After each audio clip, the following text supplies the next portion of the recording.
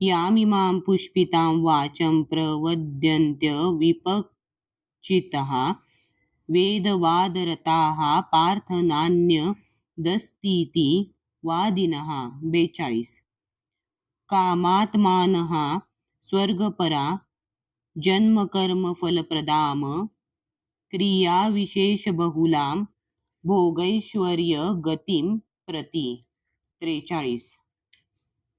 Yam इमाम हे सर्व, पुष्पिताम देखाऊ अलंकारिक, वाचम शब्द, प्रवदंती बोलतात, अविपच्चितः अल्पज्ञ लोक, वेद वादरताः वेदांचे तथाकथित अनुयायी, पार्थ हे पृथापुत्र, न कधीच नाही, अन्य काही, अस्ति आहे, इति याप्रमाणे, वादिनः समर्थन करणारे किंवा म्हणणारे, काम आत्मानः इंद्रिय तृप्तीची इच्छा करणारे, स्वर्ग पराः स्वर्गप्राप्ती हेच ध्येय मानणारे, जन्म कर्म फल प्रदाम सकाम कर्म चांगला जन्म इत्यादी फळे देणारे, क्रिया विशेष थाटामाटाचे विधी, बहुलाम विविध, भोग इंद्रिय भोग,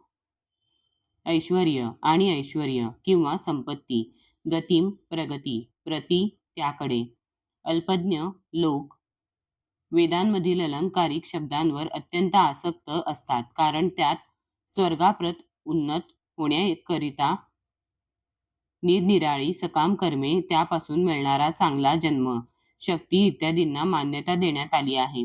ऐश्वर्यशाली जीवन आणि इंद्रिय तृप्तीची इच्छा असल्यामुळे ते म्हणतात की याहून अधिक महत्त्वपूर्ण असे काहीच नाही.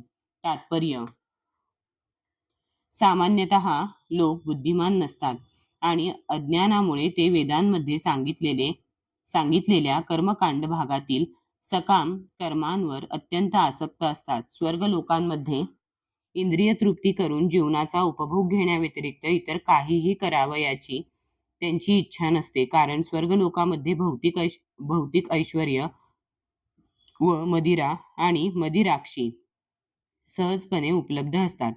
स्वर्गलोकाप्रत उन्नत होण्यासाठी वेदांमध्ये अनेक प्रकारचे यज्ञ, विशेषतः ज्योतिष्टोम यज्ञ सांगण्यात आले आहेत.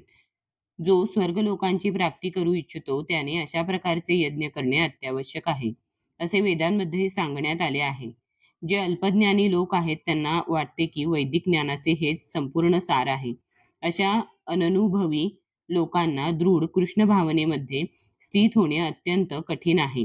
ज्याप्रमाणे मूर्ख लोक हे विषारी झाडाच्या फुलांनी आकर्षिले जातात, कारण त्यांना अशा प्रकारच्या आकर्षणाचा परिणाम माहीत नसतो, त्याप्रमाणे अज्ञानी लोक अशा स्वर्गीय ऐश्वर्य व त्यामुळे प्राप्त होणाऱ्या इंद्रिय भोगामुळे आकर्षिले जातात.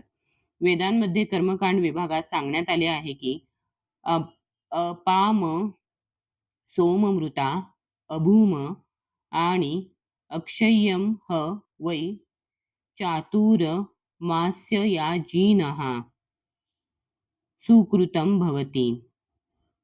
जे चातुर्मासाचे पालन करतात ते अमर आणि सदैव आनंदी होण्यासाठी सोमरस पान करण्यास पात्र ठरतात. या पृथ्वीवरही काही जण सोमरस पान करून दष्टपुष्ट आणि इंद्रिय तृप्ती करण्यात समर्थ होण्यासाठी अत्यंत उत्सुक असतात. अशा व्यक्तींचा भौतिक बंधनातून मुक्त होण्यावर विश्वास नसतो आणि वेदांमध्ये सांगितलेल्या भपकेबाज विधींमध्ये ते अत्यंत आसक्त असतात. सामान्यतः ते विषयासक्त असतात आणि त्यांना स्वर्गीय सुखोपभोगा व्यतिरिक्त काहीही नको असते. असे सांगितले जाते की स्वर्गामध्ये नंदनकानन नावाची उद्याने आहेत, जेथे अप्सरांचा सहवास आणि विपुल प्रमाणात सोमरस पान करण्याची उत्तम संधी असते. असे हे शारीरिक सुख निश्चितपणे इंद्रिय लोलूप आहे. म्हणून भौतिक जगताचे स्वामी समजून क्षणिक भौतिक सुखांमध्ये अत्यंत आसक्त असणारे लोक तेथे असतात.